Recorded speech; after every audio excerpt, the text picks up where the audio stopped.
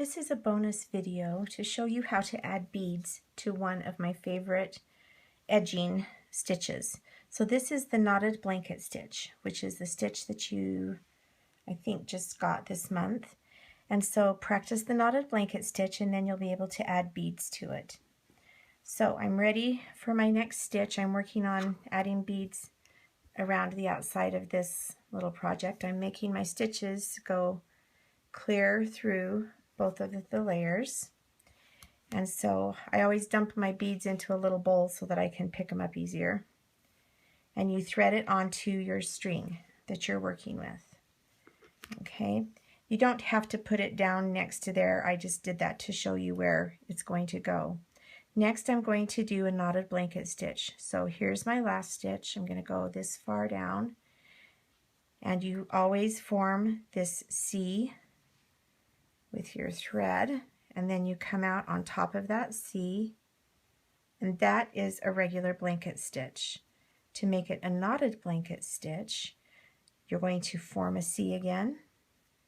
You're going to scoot through the upright leg of that stitch, and you're going to have your needle come out over the top of that working thread. And it secures that little bead in place right there. Okay, so I'll do that again. So the first thing you do is you add the bead to your string. You form a C. You go down and up, and you come out on top of your thread right there. And as you pull this, sometimes you have to scoot it to the right spot. Make sure your bead is right there where it needs to go. Form a C again, and go underneath that upright leg, out on top of the thread right here. Whoops.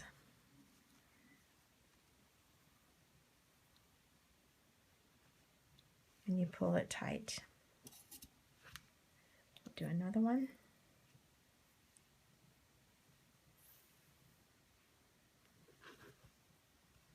Form that C. Go down and back up.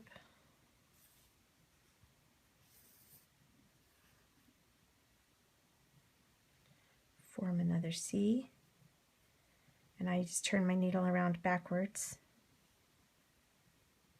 scoot underneath that one thread, and pull it. I'll just do a few more to walk you through it. I'm to my corner now, and this is actually a good spot to show you how you can turn corners.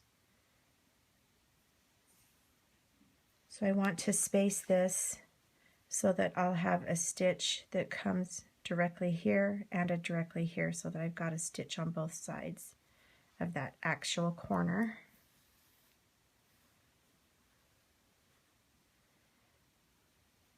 Scoot my bead around where it needs to go.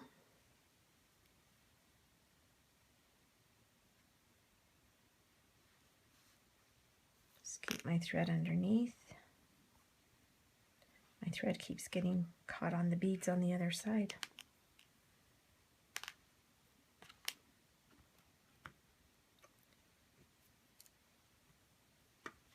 And now I'll just do one here on the corner, and I'll go into the same hole so that the beading is the same spacing away from the corner. Oh, I forgot to add a bead. Yep, add the bead first. Down and back up.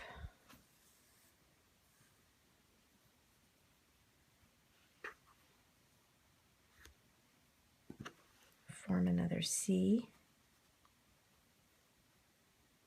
and scoot underneath.